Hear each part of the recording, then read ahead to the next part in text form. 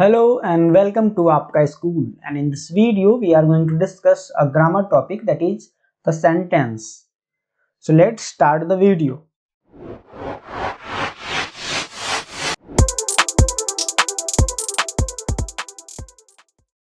तो आज के इस वीडियो में हम डिस्कस करेंगे द सेंटेंस के बारे में. तो first we will discuss what is a sentence.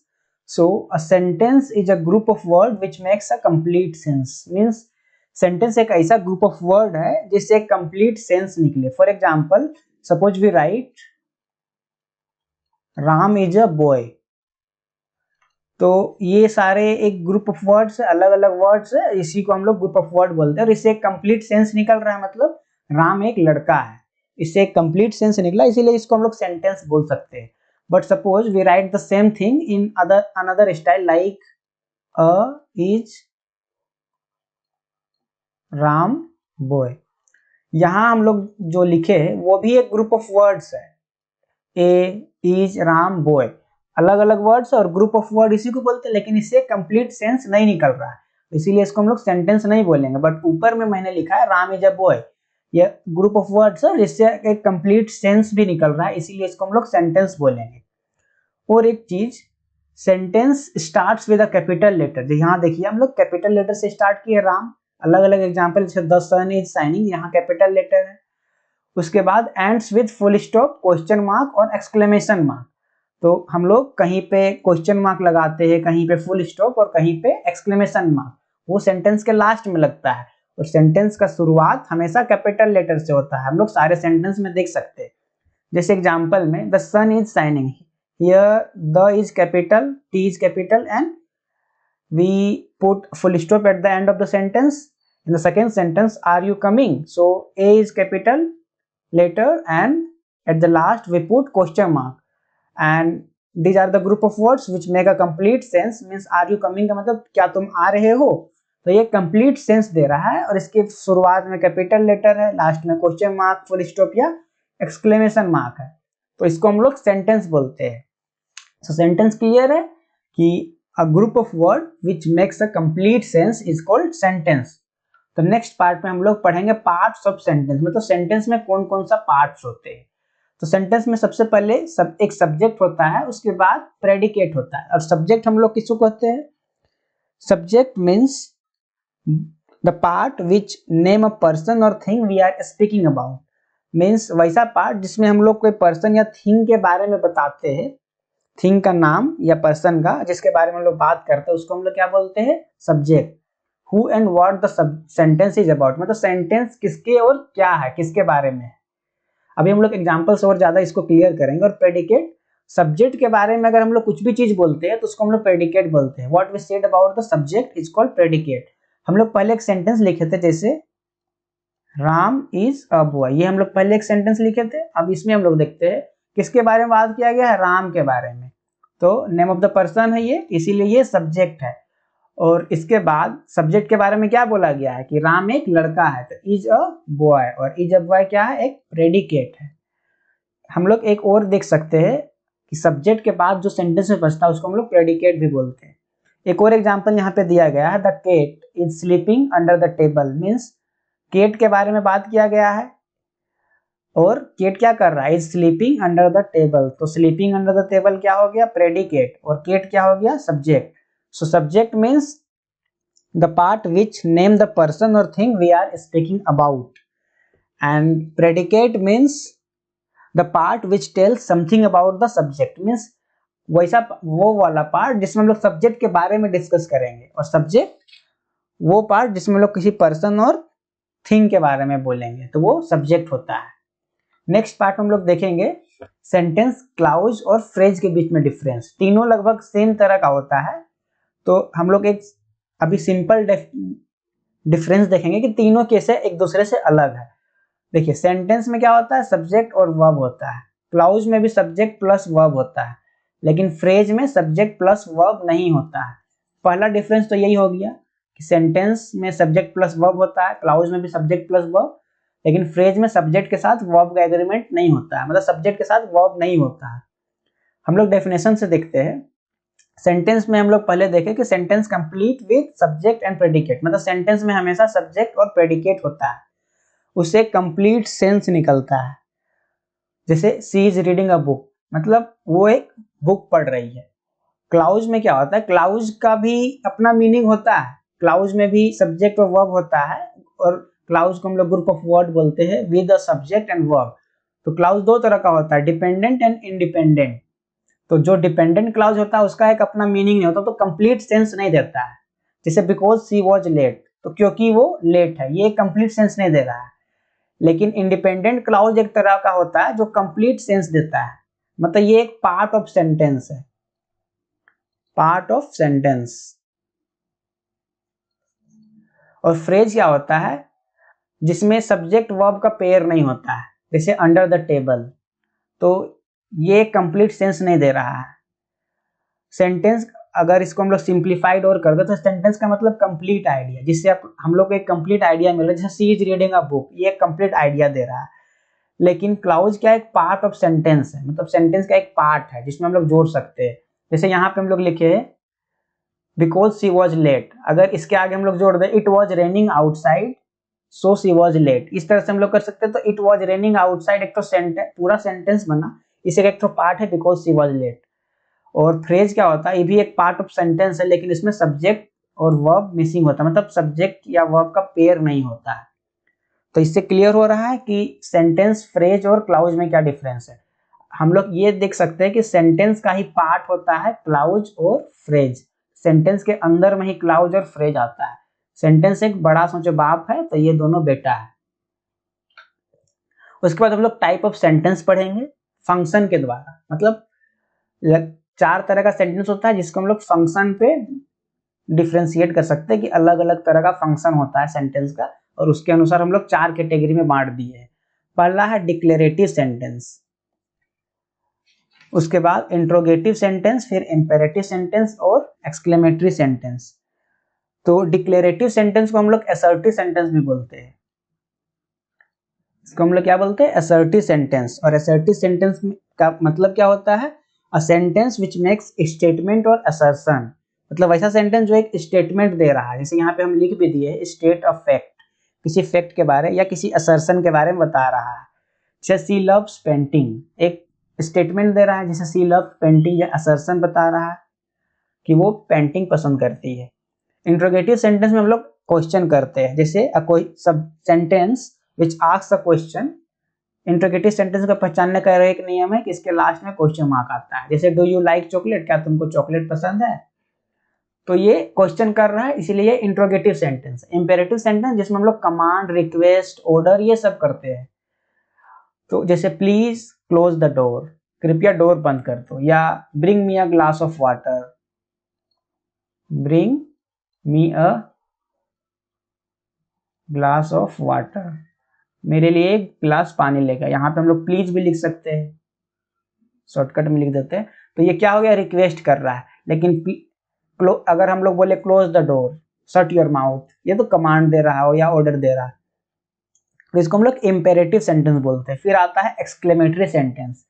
Exclamatory sentence क्या है, a sentence which expresses strong feeling या strong emotion, which shows strong emotion. जैसे व्हाट अ सरप्राइज, हम लोग जैसे शॉक हो गए कि हम लोग अपना फीलिंग को, अपना इमोशन बता रहे, जैसे hurrah we won the match, तो यहाँ पे जो हुर्रा वर्ड हम लोग यूज किए वो क्या है, एक्सक्लेमेटरी सेंटेंस है। और एक्सक्लेमेटरी सेंटेंस में हम लोग हमेशा एक्सक्लेमेशन मार्क लगाते हैं, जैसे यहाँ पे दिया गया एक्सक्लेमेशन मार्क, उसी तरह इंट्रोगेटिव सेंटेंस में हम लोग क्वेश्चन मार्क लगाते हैं। तो इंट्रोगेटिव और एक्सक्लेमेटरी सेंटेंस का पहचानने का ये नियम हो गया। और डिक्लेरेटिव सेंटेंस जो स्टेटमेंट या असर्शन को बताता है। तो चार तरह का सेंटेंस है, डिक्लेरेटिव, इंट्रोगेटिव, इंपेरेटिव और एक्सक्लेमेटरी। इसको हम लोग कैसे फंक्शन पे किए हैं, type of sentence bye function. हम लोग type of sentence by structure भी पढ़ेंगे कि हम लोग स्ट्रक्चर के अनुसार सेंटेंस को कैसे डिवाइड कर सकते हैं।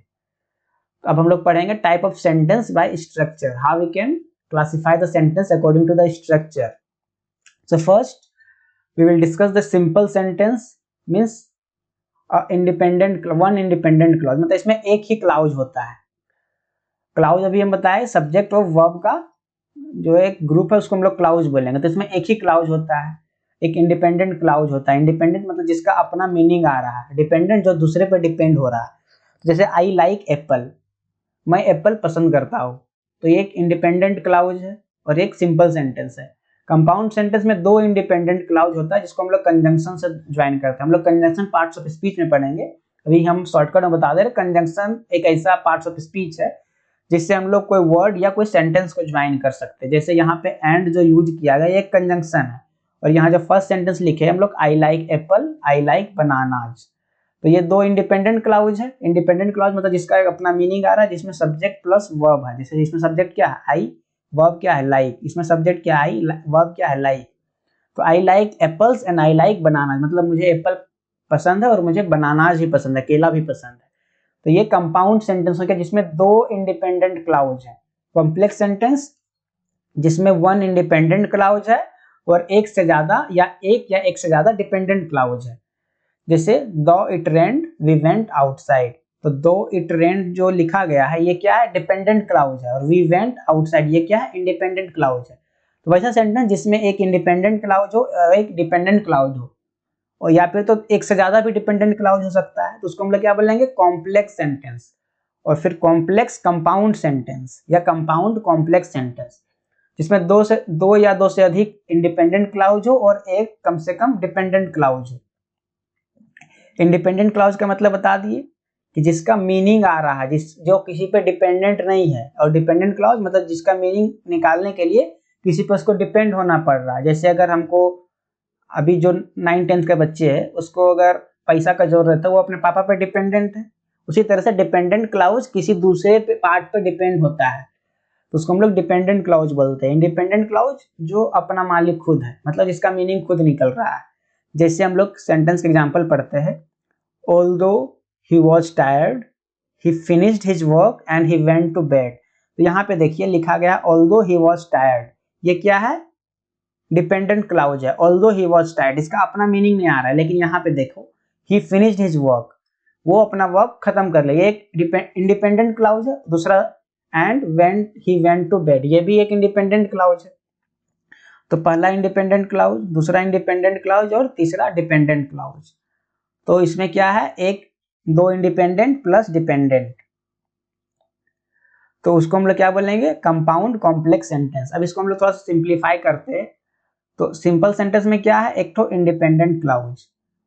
कंपाउंड में क्या है, दो ठो independent clause, two independent clause.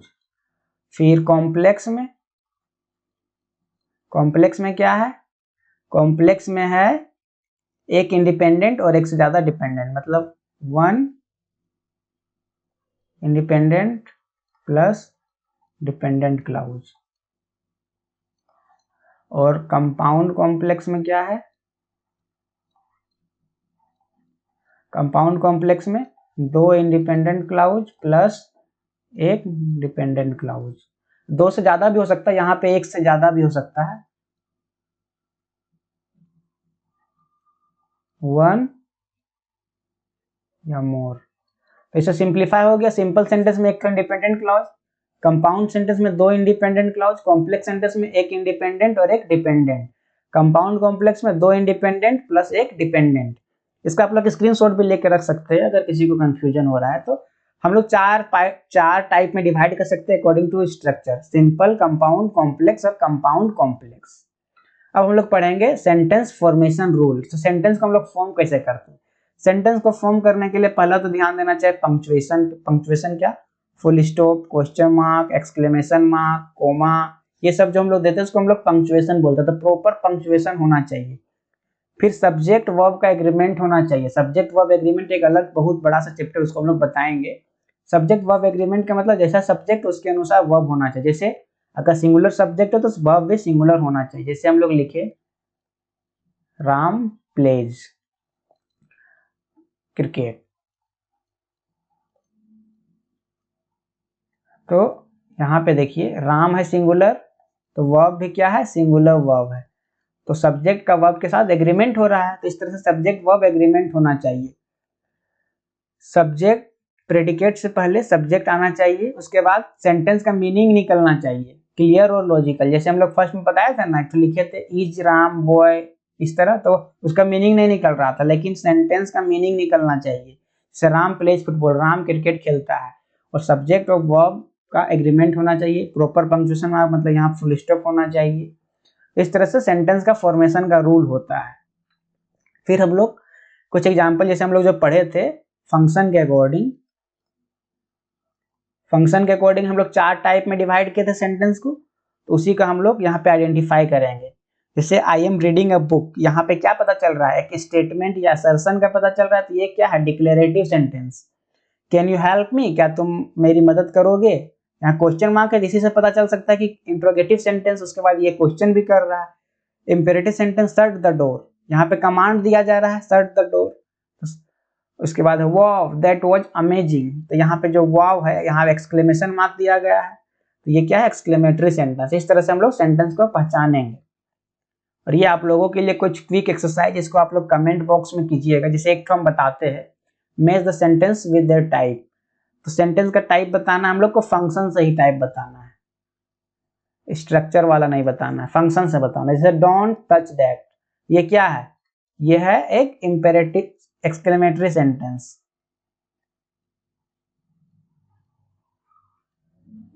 Exclamatory sentence क्या है कि यहाँ पे एक्सक्लेमेशन मार्क दिया गया है, इसीलिए एक्सक्लेमेटरी सेंटेंस है। उसी तरह से when are you leaving, the train was late, ये सब आप लोग कमेंट बॉक्स में बताइएगा। तो ये सेंटेंस का टाइप हो गया। अगर हम लोग समराइज करें पूरा चैप्टर में हम लोग क्या क्या पढ़े, पहले हम लोग पढ़े डेफिनेशन सेंटेंस का डेफिनेशन क्या होता है, अ group of word which make a complete sense is called sentence. Sentence में क्या होता है पार्ट, एक सब्जेक्ट होता है सेंटेंस में और एक प्रेडिकेट होता है सेंटेंस में। बिना सब्जेक्ट और प्रेडिकेट का सेंटेंस बन ही नहीं सकता है। जैसे अगर आप लोग को लगेगा कि कोई कोई सेंटेंस में कि सब्जेक्ट नहीं होता है, जैसे सिट डाउन, सिट डाउन, ऐसा डाउट हो सकता है कि इसमें तो सब्जेक्ट है ही नहीं सिट डाउन, लेकिन इसमें एक सब्जेक्ट छिपा हुआ है। इसमें क्या बोला जा रहा है, यू सिट डाउन, इसमें हम लोग का सब्जेक्ट क्या है, यू क्या है सब्जेक्ट, बोला जा रहा है आपको कि आप बैठ जाओ, यू सिट डाउन। ये इंपेरेटिव सेंटेंस है। इंपेरेटिव सेंटेंस में कभी कभी सब्जेक्ट हिडन होता है, उसमें सब्जेक्ट क्या है यू और प्रेडिकेट है, बाकी जो सिट डाउन लिखा गया वो प्रेडिकेट है। सेंटेंस को हम लोग 2 पार्ट में डिवाइड कर सकते हैं, अकॉर्डिंग टू फंक्शन और according to structure. According to function में क्या करेंगे, assertive sentence, imperative sentence, interrogative sentence और एक्सक्लेमेटरी सेंटेंस। और स्ट्रक्चर से simple sentence, compound sentence, complex sentence और कंपाउंड कॉम्प्लेक्स सेंटेंस। तो ये हम लोग 2 टाइप में डिवाइड कर सकते हैं, अकॉर्डिंग टू फंक्शन और अकॉर्डिंग टू स्ट्रक्चर। उसके बाद अगर हम लोग को सेंटेंस कंस्ट्रक्शन सीखना है तो हम लोग इसको और जितना ज़्यादा प्रैक्टिस करेंगे उतना ज़्यादा हम लोग सीख पाएंगे सेंटेंस को कैसे कंस्ट्रक्ट करते हैं, सेंटेंस का स्ट्रक्चर क्या होता है, वो लोग हम लोग अगले वीडियो में पढ़ेंगे। ये तो एक बेसिक वीडियो है सेंटेंस के बारे में। तो grammar is the backbone of the language, master it to express better, ये एक कोट है आप लोग के लिए। और अगर सेंटेंस चैप्टर से किसी को कोई भी तरह का डाउट हो रहा है तो आप लोग कमेंट में कर सकते हैं, उसका रिप्लाई आप लोगों को मिल जाएगा। तो आज के लिए इतना ही। तो thank you for watching this video. I hope this video is very helpful for you. Enjoy. Have a very nice day.